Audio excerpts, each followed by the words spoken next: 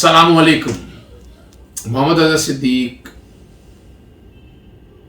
अपने YouTube channel के साथ हाजिर खिदमत है। इलेक्शन कमीशन के हवाले से कि तौहीन अदालत की कार्रवाई शुरू करने के हवाले से इंतबाही नोटिस कह दें आप, वो भिजवाया है इलेक्शन कमीशन को कि इलेक्शन आगे पोस्टपोन करें। अब तो उनके बेटे की वीडियो आ गई है यूसुफ गिलानी की, मेरे पास पहले नॉलेज में नहीं थी, अब तो वो आ चुकी है नॉलेज में।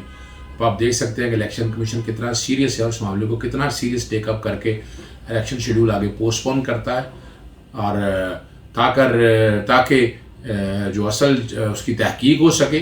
और दूसरा, सुप्रीम कोर्ट के फैसले पर अमल दरामद का वही हाल है, बायोमेट्रिक्स है, बाकी निज़ाम से, इलेक्ट्रॉनिक से, सारा निज़ाम से कराए। सुप्रीम कोर्ट जजमेंट ने वक्त से पहले इसलिए दी है।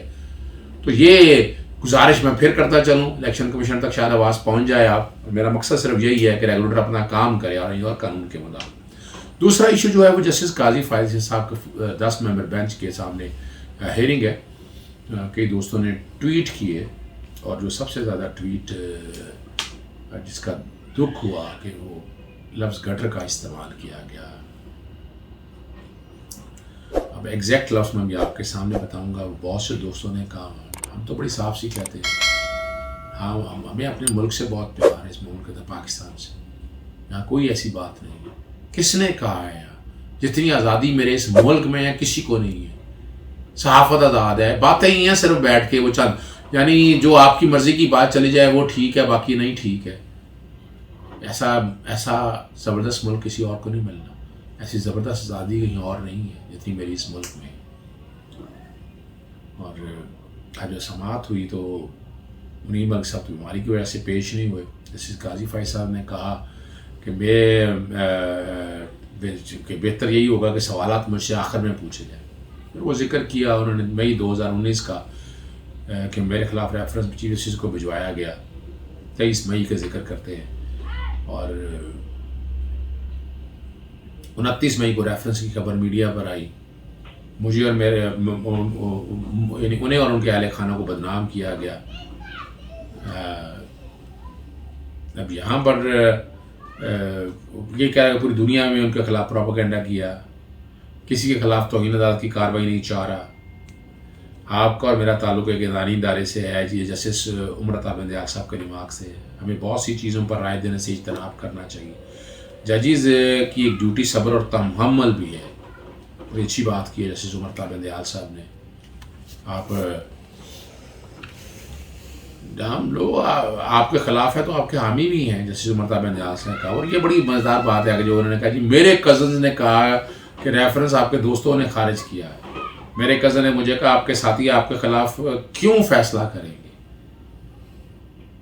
ये बातें सारी आर्गूमेंट्स में तो करनी बनती नहीं है। मेरा नहीं ख्याल है कि अगर एक वकील इस तरह के आर्गूमेंट्स करे तो जज इस बात की इजाज़त देता है।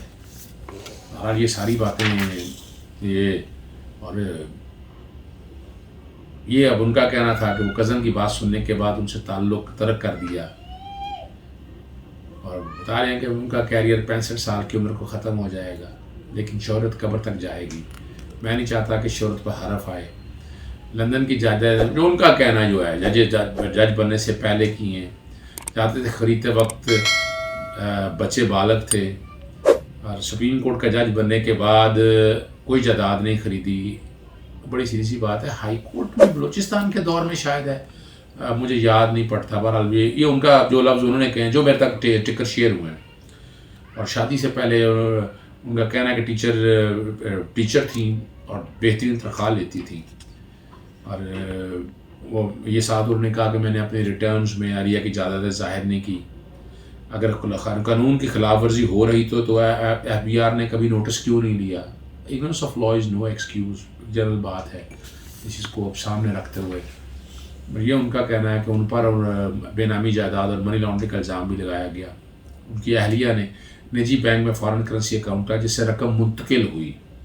फ़ॉरेन करेंसी का अकाउंट को उस वक्त कानूनी तहफ़्फ़ुज़ है। ये फ़ॉरेन करेंसी रेगुलेशन एक्ट की बात करना चाह रहे हैं शायद, लेकिन जो सेक्शन 9 है नैब में करप्शन एंड करप्ट प्रैक्टिसेस के हवाले से हमने बड़ा देखा। वो तो शरीफ ख़ानदान और बाकी भी देखते रहे। बहरहाल ये वैसे मैं जिक्र कर रहा हूँ इस कॉन्टेक्स्ट में कि वो शायद जब ऐसी कोई बात आ जाए तो फिर बड़ा मुश्किल है वहाँ पर आपको फिर वो ये इनकम टैक्स के हवाले से तो आपको एग्जामिशन है, लेकिन बाकी कामों के हवाले से एग्जामिशन नहीं है। اب وہ یہ کہنا ان کا کہ سپریم کورٹ کا جج ہونے کی وجہ سے وہ جواب پروپیگنڈا کا جواب نہیں دے سکے. اب یہ جو اگلی باتیں ہیں نا، یہ میرے لیے بڑی تکلیف دہ باتیں ہیں. ان باتوں کا اس سے کوئی تعلق نہیں ہے اس کیس کے ساتھ. دل تکلیف میں ہے یہ بات کرتے ہوئے، پر جو باتیں کہیں میں ہر بار جو میرے تک شیئر ہوئی ہیں وہ آپ کے سامنے رکھا. آج میڈیا کی حالت دیکھ لیں. صحافیوں کو اسلام آباد سے اغوا کر لیا جاتا ہے. صحافیوں کے اغوا پر وزیر اعظم کہتے ہیں مجھے کیا معلوم. صحافیوں پر تشدد ہوا، کسی نے انکوائری تک نہ کی. لگتا ہے آج ہم پاکستان میں نہیں گٹر میں رہتے ہیں.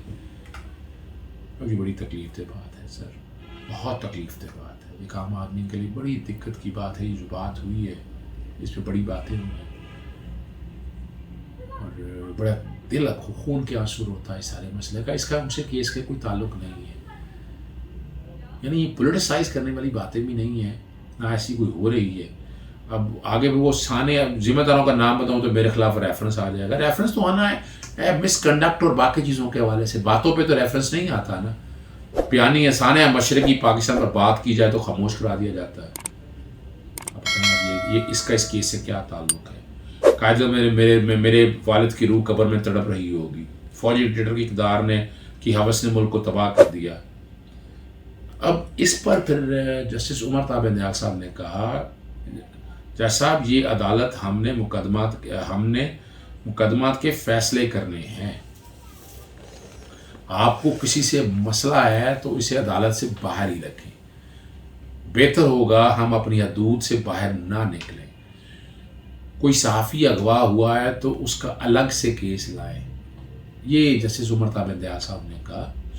اور جسٹس منظور ملک صاحب نے کہا قاضی صاحب جذباتی نہ ہو، کیس پر فوکس کریں اور میری ذات کو بھول جائے. ملک کے لیے جذباتی ہو رہا ہوں. بارہ چلیں کیا کہہ سکتے ہیں، اپنی طور پر سرشر ہے. میں تو آج بھی کہتا ہوں کہ جج خود پیش نہیں ہو سکتا، بحثیت ذاتی حیثیت میں پیش نہیں ہو سکتا. کوئی کمپلینٹ ہو آپ کے خلاف تو پھر تو بات اور ہے. جب آپ ریویو دائر کر رہے ہیں یا پٹیشن دائر کر رہے ہیں اس میں ایک جج حاضر سر جج کیسے پیش ہو سکتا ہے؟ یہ میرا ایک سوال ہے. ہر بات ہر جگہ کرنا مناسب نہیں ہوتا، جسٹس منظور ملک صاحب نے کہا.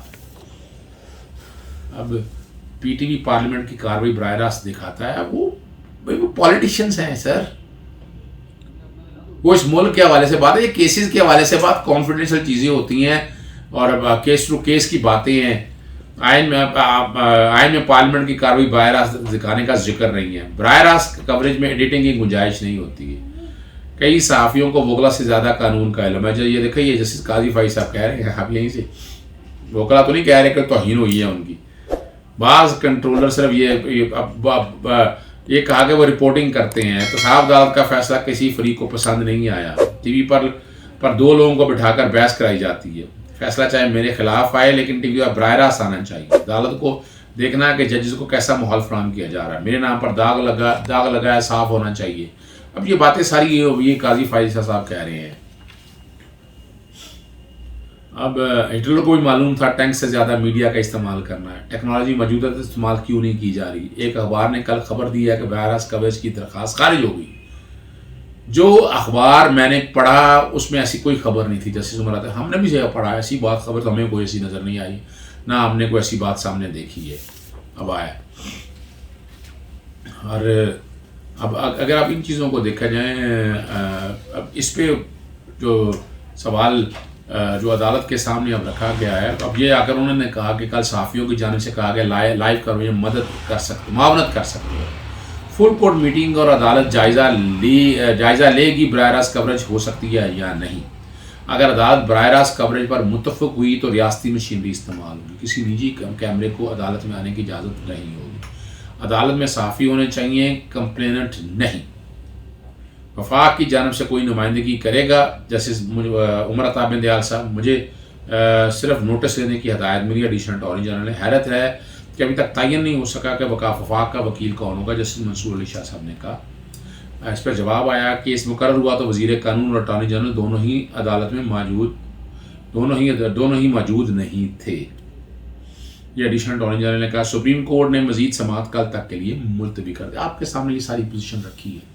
اگر اس چیز کو سامنے رکھ کر دیکھیں تو آپ امیجن کر سکتے ہیں کہ केस को ज़रा सिंपल सा रहना चाहिए। ये दिक्कत और ये मसाइल और ये परेशानियाँ कल क्या कॉम्प्लिकेशंस पैदा कर सकती हैं, जिसमें जग हसाई का एलिमेंट कहीं ना आ जाए। यानी आप एक ऐसी प्रेसिडेंट सेट करने जा रहे हैं, अभी तक मैं तो हैरान हूँ किस जगह पाबंदी लगी है, कहाँ कवरेज नहीं हो सकी। इस तरह तो हर कोई मुद्दई उठेगा कि मेरी कवरेज नहीं हो रही है, मुझे मेरी तबीयत के मुताबिक, मेरे अंदाजे के मुताबिक कवरेज मिलनी चाहिए। हमें ये बैलेंस रखना पड़ेगा। इजाज़त दीजिएगा। अस्सलाम वालेकुम। चैनल आप सब्सक्राइब कर रहे हैं, बेल आइकन आप क्लिक करते रहें ताकि आप तक फ़ौरन वीलॉग पहुँच जाए।